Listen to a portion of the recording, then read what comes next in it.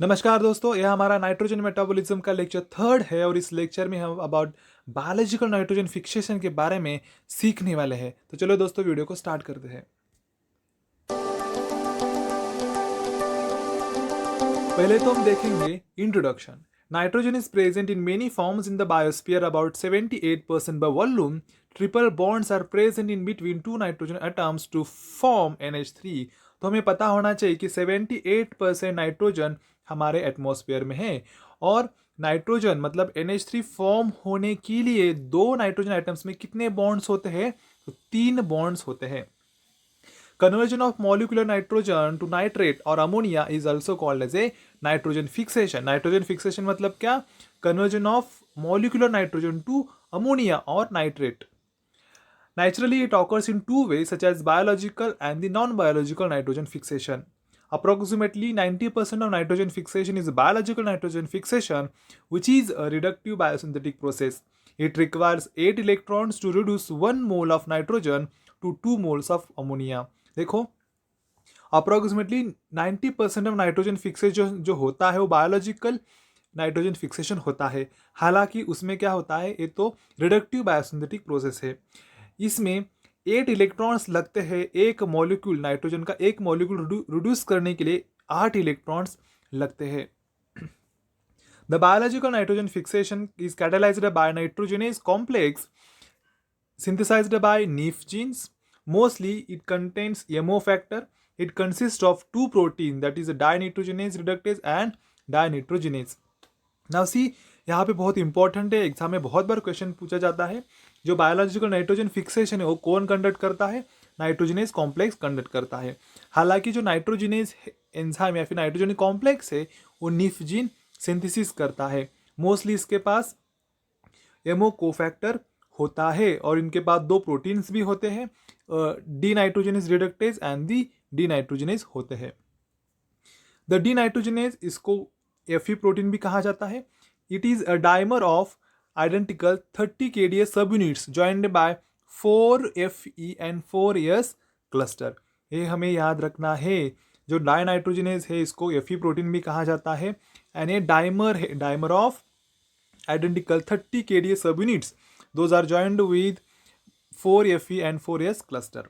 Dinitrogenase is a tetramer with the two different subunits. ये भी याद रखना है, dinitrogenase क्या है? टेट्रामर है with the two different subunits. It contains Fe and MO. ये याद रखना है। It is also called as a MOFO protein. MOFO protein is the nitrogen fixation site. ये तो याद ही रखना है, तो एग्जाम बहुत बार आ चुका है सेकेंड सेक्शन में CSR नेट के कि MOFO protein is the site for nitrogen fixation. In microorganisms, ferredoxin acts as a donor of electrons. Microorganisms में क्या होता है? ferredoxin क्या होता है? Acts as a electron donor. Ferredoxin is a small protein containing FeS group. ferredoxin एक small protein है और उसमें भी FeS group होता है। हालांकि 16 ATPs are required for the reduction of one nitrogen molecule. अगर एक नाइट्रोजन मॉलिक्यूल को रिड्यूस करना है तो उसके लिए हमें 16 ATP चाहिए है। नाइट्रोजनेज कॉम्प्लेक्स के बारे में देखते हैं। It is sensitive to oxygen. ये अभी याद रखना है, nitrogenase complex is sensitive to oxygen. It is irreversibly inactivated by the oxygen. Nitrogen fixation occurs under the anaerobic condition. ये याद रखना है, नाइट्रोजन फिक्सेशन अनएरोबिक कंडीशन में होता है। क्यों होता है? Because it is sensitive to oxygen. In cyanobacteria anaerobic conditions are created by the heterocyst. ये बहुत बार पूछा गया है क्वेश्चन कि साइनोबैक्टीरिया में अनएरोबिक कंडीशंस कैसे क्रिएट की जाती है? तो by the creating heterocyst. While the rhizobium में कैसे क्रिएट की जाती है? In rhizobium anaerobic conditions are created with the help of leg haemoglobin. अब नेक्स्ट पॉइंट आता है, राइजोबियम लेग्यूम सिम्बोसिस कैसे होता है? पहले देखते हैं what is rhizobium. Rhizobium is a gram negative proteobacteria that can live in free living in soil which infects roots of legume and forms root nodule. ये जो राइजोबैक्टीरिया है ग्राम नेगेटिव बैक्टीरिया है, ये प्रोटियोबैक्टीरिया ग्रुप से belong करता है और ये जो bacteria free living in soil है। ये क्या करे? इन्फेक्ट करती है रूट्स को, रूट्स ऑफ लेग्यूम को इन्फेक्ट करती है। इन्फेक्ट करने के बाद रूट नोडुल बनाती है। The chemotactic movement of rhizobium with roots occurs by flavonoids homocyanin secreted by roots. ये याद रखना है, बहुत बार क्वेश्चन पूछा गया है कि जो केमोटैक्टिक मूवमेंट है राइजोबियम की विद रूट्स, तो वो कैसे होती है, वो केमिकल्स की वजह से होती है, फ्लैवोनॉइड्स होमोसेन सिक्रेटेड बाय रूट्स की वजह से होती है। Next, rhicadhesin protein. Rhicadhesin protein क्या है, एक कैल्शियम बाइंडिंग प्रोटीन है। It plays role in the bacteria and plant attachment. जो राइजोबियम है एंड प्लांट रूट्स का जो अटैचमेंट है उसके यहाँ रिकोडिसिन प्रोटीन क्या होता है, बहुत इंपॉर्टेंट रोल प्ले करता है। अरे ये रिकोडिसिन कौन प्रोटीन सिंथेसिस करता है, राइजोबियम सिंथेसिस करता है। And next point, nod genes are responsible for nodule formation. ये याद रखना है, सेक्शन बी में बहुत बार क्वेश्चन आता है सीएसआर नेट के कि nod genes responsible for the nodule formation. Rhizobium secretes nod D factor which recognises the flavonoids. Flavonoids कौन रिकॉग्नाइज करता है, nod D factor. Nod D factor कौन सिंथेसिस करता है, नोड जीन सिंथेसिस करता है। नोड जीन कहाँ पे होते हैं, राइजोबियम में होते हैं। Interaction of rhizobium and nod activates nod gene, जैसे कि अभी मैंने बताया, nod gene secretes enzymes required for the synthesis of nod factor. Nod factor are lipochito oligosaccharide, ये याद रखना है। Nod factors are lipochito oligosaccharides, they are derivatives of chitin and they are composed of beta-1,4 linked N-acetyl D-glucosamine.